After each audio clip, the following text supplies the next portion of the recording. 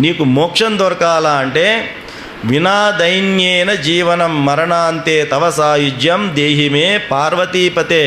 ప్రతి ఒక్కడికి మరణం తప్పదు, కానీ ఎలాంటి కష్ట నష్టాలు లేకుండగా గౌరవప్రదమైనటువంటి సుఖప్రదమైనటువంటి మరణాన్ని ప్రసాదించుగాక అని పరమేశ్వరునితో మనం ప్రార్థించాలట.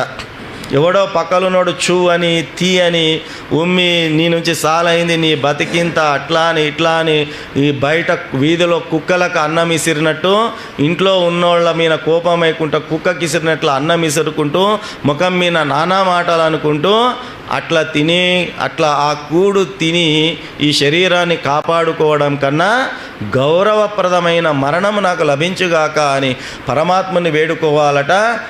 మనం వేడుకుంటే పరమాత్ముడు ఎప్పుడు అనుగ్రహిస్తాడు అంటే గురువు కృప ఉంటేనే.